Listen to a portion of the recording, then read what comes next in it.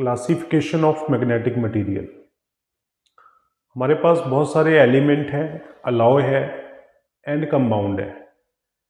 कुछ हमारे पास element, alloy या कंपाउंड ऐसे भी है जिसको हमने लेबोरेटरी के अंदर बनाया है। तो फैराडे ने इन मटेरियल को कैटेगराइज किया है उनकी मैग्नेटिक प्रॉपर्टी के अकॉर्डिंग। तो अकॉर्डिंग टू फैराडे जो मटेरियल मैग्नेटिक फील्ड शो करते हैं, मतलब मैग्नेटिक प्रॉपर्टी शो करते हैं, वो तीन तरह के मैग्नेट होते हैं, तीन तरह के मटेरियल होते हैं। नंबर एक, diamagnetic material, paramagnetic material and ferromagnetic material. तो आज मैं आपको बताऊंगा इस लेक्चर के अंदर डायामैग्नेटिक मटेरियल। तो जो हमारा टॉपिक रहेगा क्लासिफिकेशन ऑफ मैग्नेटिक मटेरियल, तो फर्स्ट टॉपिक है diamagnetic material. Diamagnetic material basically एक वीक मैग्नेट होते हैं। जब डायामैग्नेटिक मटेरियल को हम फील्ड के अंदर रखते हैं तो डायामैग्नेटिक मटेरियल के अंदर जो एटम मॉलिक्यूल्स होते हैं वो एक्सटर्नल फील्ड के अपोजिट फील्ड को प्रोड्यूस करते हैं। मतलब ये मैग्नेटाइज तो हो जाते हैं बट ये फील्ड के अपोजिट मैग्नेटाइज होते हैं। तो इसीलिए जो डायामैग्नेटिक मटेरियल होते हैं इन्हें हम वीक मैग्नेट कहते हैं। तो एग्जैक्टली क्या होता है कि सपोज ये आपके पास डायामैग्नेटिक मटेरियल है, तो हमने इसको फील्ड के अंदर रखा, तो ये हमने कोई मैग्नेटिक फील्ड रखी बी, तो इसके जो मॉलिक्यूल्स हैं या एटम है या इलेक्ट्रॉन्स हैं, ये मैग्नेटिक फील्ड प्रोड्यूस करेंगे, मतलब अलाइन हो जाएंगे ये, लेकिन इस डायरेक्शन में। हम ये कहते हैं कि आउटसाइड मैग्नेटिक फील्ड बी है, बी नॉट है, ये बी है, तो ये अपोजिट डायरेक्शन है, मतलब ये शो कर रहा है मैग्नेटिक फील्ड ऐसे एक दूसरे के अपोजिट। तो ये डायामैग्नेटिक मटेरियल मैग्नेट तो बन गए लेकिन ये वीक मैग्नेट है।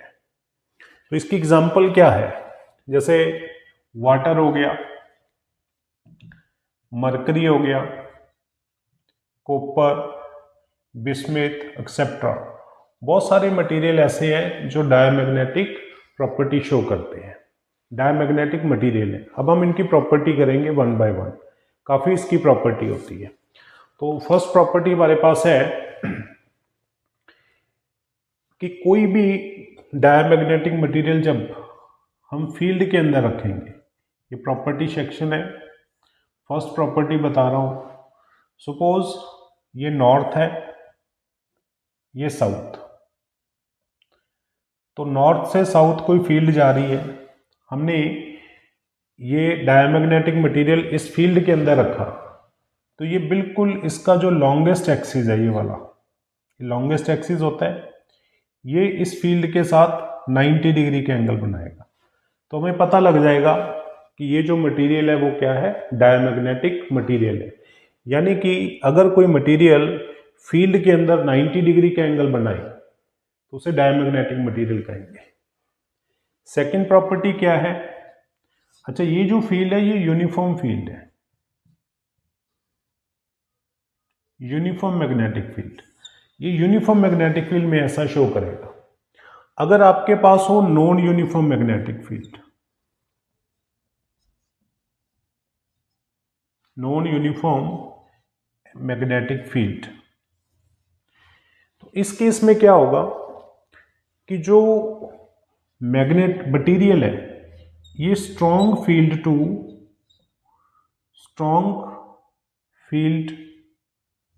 वीक फील्ड की तरफ मूव करेगा। जब कोई diamagnetic material non uniform field में रखेंगे तो जो मटेरियल है वो stronger field to weaker field जाएगा। मैं एग्जांपल लेता हूं वाटर की, क्योंकि वाटर एक डायामैग्नेटिक मटेरियल है।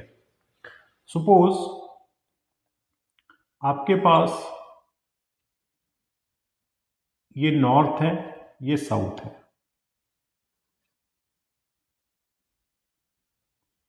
ठीक है, दो मैग्नेट है, इसका साउथ इधर होगा, इसका नॉर्थ इधर होगा। हमने इसके ऊपर एक बाउल रखा, उस बाउल में हमने रखा वाटर, वाटर ऐसे भरा हुआ है। तो नॉर्थ साउथ बिल्कुल पास है, यहाँ पे स्ट्रॉन्ग फील्ड है और बीच में इन मैग्नेट के वीक फील्ड है। स्ट्रॉन्ग फील्ड यहाँ पे क्या है, स्ट्रॉन्गर फील्ड है और मिड में क्या है, वीक। तो इस केस में क्या होगा, जैसा कि मैंने बताया है, ये non uniform magnetic field stronger to weaker जाएगा। तो यहाँ पे स्ट्रॉन्ग है, तो ये वाला जो पानी है ये इस तरफ को रिपेल हो जाएगा, क्योंकि ये स्ट्रॉन्ग है तो वीक की तरफ जाएगा, क्योंकि सेंटर पे वीक है तो ये वीक की तरफ गया। तो ये जो स्ट्रक्चर है ये कैसे होता जाएगा, पानी धीरे धीरे यहाँ से इधर जाता गया, तो ये स्ट्रक्चर कुछ ऐसी हो जाएगी।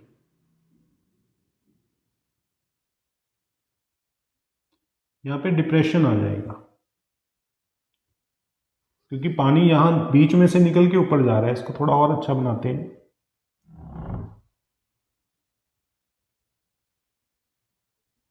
ऐसे करके ये स्ट्रक्चर आ जाएगी। अब दिखने में तो ये ऐसा लग रहा है कि जो बीच वाला पार्ट है वो स्ट्रॉन्गर की तरफ जा रहा है, ऐसा नहीं है। साइड में ये जो वाटर है ये स्ट्रॉन्गर से वीकर की तरफ इधर रिपेल हो रहा है, साइड में, इस वे में। तो इसीलिए यहां डिप्रेशन आ गया। डिप्रेशन का मतलब होता है गड्ढा, नीचे को चला गया। सिमिलरली अगर मान लो इन मैग्नेट के बीच में डिस्टेंस थोड़ा ज़्यादा कर दूं, ये नॉर्थ है ये साउथ है, ये डिस्टेंस मान लो मैंने ज़्यादा कर दिया। ऐसे मान लेते हैं कि ये डिस्टेंस था 1 मीटर, ये मैंने 10 मीटर कर दिया, फिर बाउल रखा मैंने ऐसे ही। तो अब नीचे वीक है, साइडों में क्या हो गया, अब ये वाला हिस्सा क्या हो गया, वीक हो गया।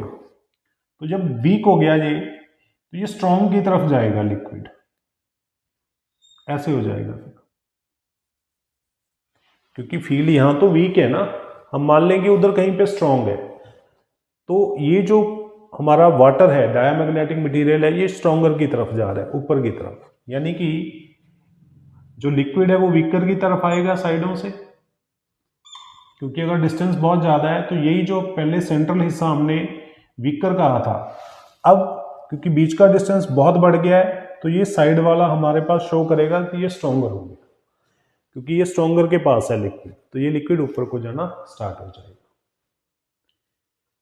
सो in non uniform magnetic field diamagnetic material move from stronger to weaker field. लिखिए इसको,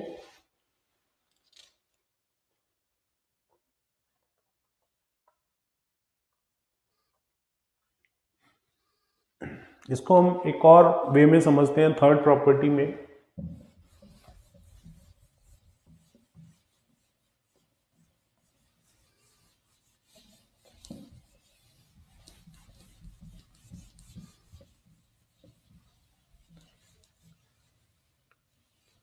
थर्ड प्रॉपर्टी देखिए, अब देखिए सपोज आपके पास एक यूट्यूब है,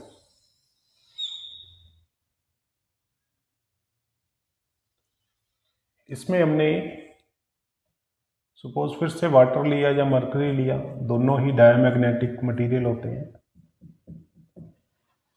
हम यहाँ पे एक मैग्नेट लेके आएंगे, ये नॉर्थ है ये साउथ है, तो ये स्ट्रॉन्ग फील्ड है। तो यहाँ पे क्या होगा, ये जो लिक्विड है ये नीचे को पुश हो जाएगा और यहाँ से लिक्विड ऊपर को जाएगा। तो यहाँ से फिर से शो हो रहा है कि जो डायमैग्नेटिक मटेरियल है वो स्ट्रॉन्गर टू वीकर की तरफ जा रहा है।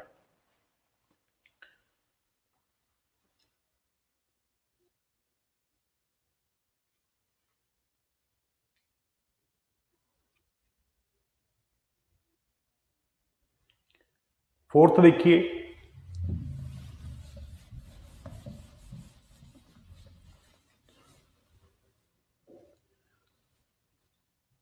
सपोज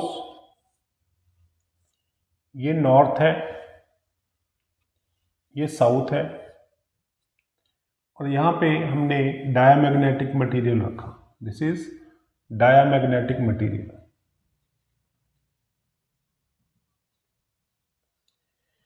तो डायमैग्नेटिक मटेरियल के अंदर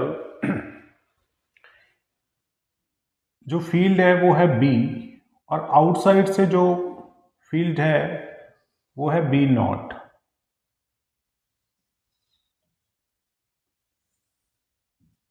ये बी नॉट है। ये प्रॉपर्टी हमें ये कहती है कि जब भी किसी डायमैग्नेटिक मटेरियल को मैग्नेटिक फील्ड में रखेंगे तो मैग्नेटिक फील्ड लाइन उसमें पास नहीं करती, प्रेफर नहीं करती उसमें से पास होना। ऐसा नहीं है कि पास नहीं करती, प्रेफर नहीं करती, या रिपेल हो जाती है, उसके अंदर से नहीं जाती। अगर जा भी रही है, सपोज ये वाली मैग्नेटिक फील्ड जा रही है, तो ये इसके अंदर जो मैग्नेटिक फील्ड होगी ये बी नॉट को रिपेल करेगी, जिसकी वजह से क्या होगा कि जो अंदर वाला मैग्नेटिक फील्ड है बी, वो कम हो जाएगी, क्योंकि जब ये इधर जाएगी और अंदर वाली मैग्नेटिक फील्ड इसके अपोजिट आ रही है, ऑब्वियसली जो फील्ड हम अप्लाई कर रहे हैं बी नॉट और जो प्रोड्यूस हो रही है वो कम होगी।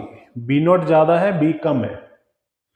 और जब वैसे भी देखिए कि जब ये फील्ड इसके अंदर जाएगी तो ऐसा साइंटिफिकली प्रूव है कि एक part of this is equal to 10⁵, मतलब 10⁵ मैग्नेटिक फील्ड का एक पार्ट ये डिक्रीज हो जाएगा। मतलब बहुत कम पार्ट है जो ये मैग्नेटिक फील्ड क्या करेगी, डिक्रीज करेगी।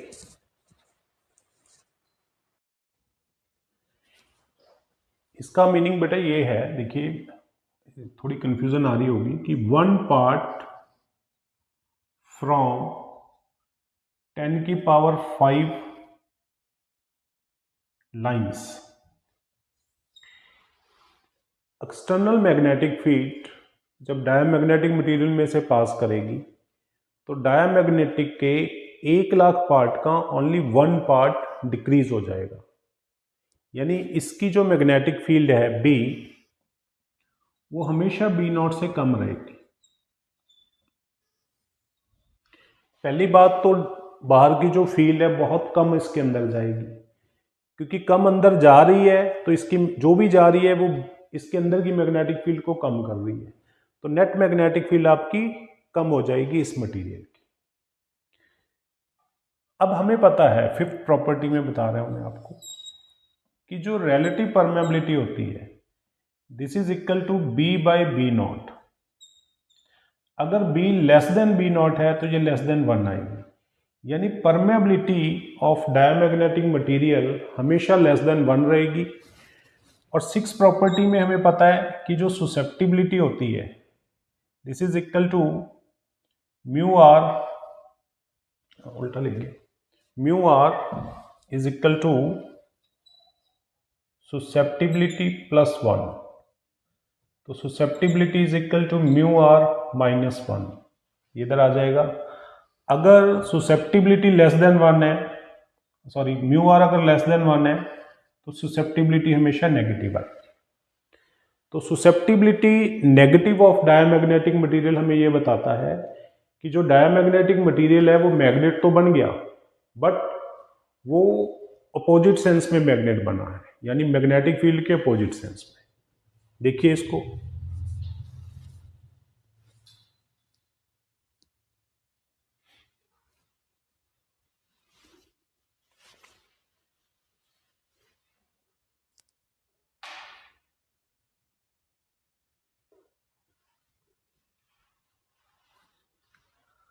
सेवंथ प्रॉपर्टी देखिए,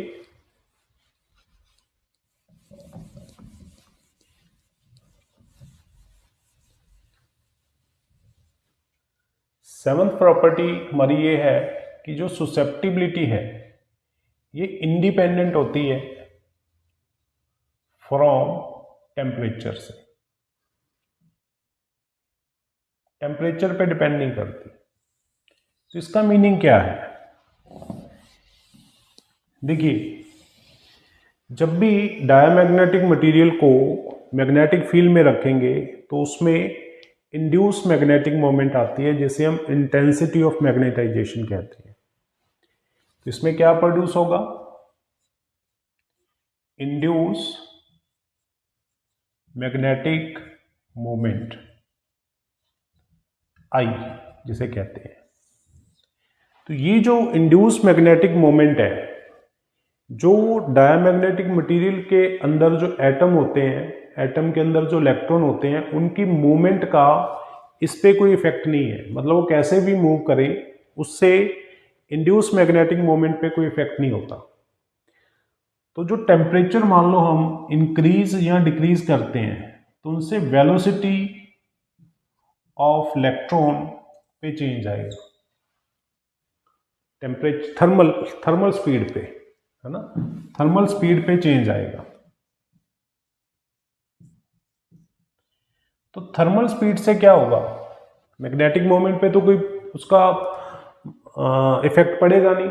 इसीलिए हम कहते हैं कि जो सुसेप्टिबिलिटी है, सुसेप्टिबिलिटी का मतलब होता है कितनी मैग्नेटिक मोमेंट कम या ज़्यादा हुई, कितना प्रेफर किया मैग्नेटिक फील्ड को, तो उसका टेम्परेचर से कोई लेना देना नहीं है। थर्मल स्पीड चेंज हो जाएगी, बट थर्मल स्पीड का मैग्नेटिक मोमेंट पे कोई इफेक्ट नहीं है, इसीलिए सुसेप्टिबिलिटी टेम्परेचर से इंडिपेंडेंट होती है। एट्थ, अब हम ग्राफ प्लॉट कर रहे हैं, graph between I and H. इन दोनों की रिलेशन में ऑलरेडी पहले आपसे डिस्कस कर चुका हूं कि ये आई बाय एच होता है, सुसेप्टिबिलिटी। अब हमें पता है कि जो इंड्यूस मैग्नेटिक मोमेंट होती है वो नेगेटिव होती है। एच जो होता है वो अप्लाइड फील्ड है, कि हमने कितनी फील्ड अप्लाई की, उसके अंदर डायमैग्नेटिक मटेरियल रखा और उस डायमैग्नेटिक मटेरियल के अंदर कितना आई प्रोड्यूस हुआ, उसका ग्राफ प्लॉट करना है।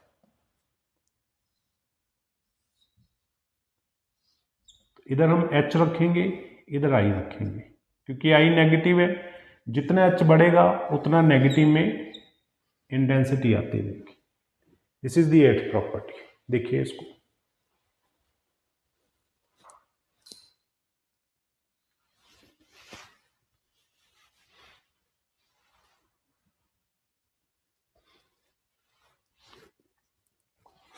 नेक्स्ट है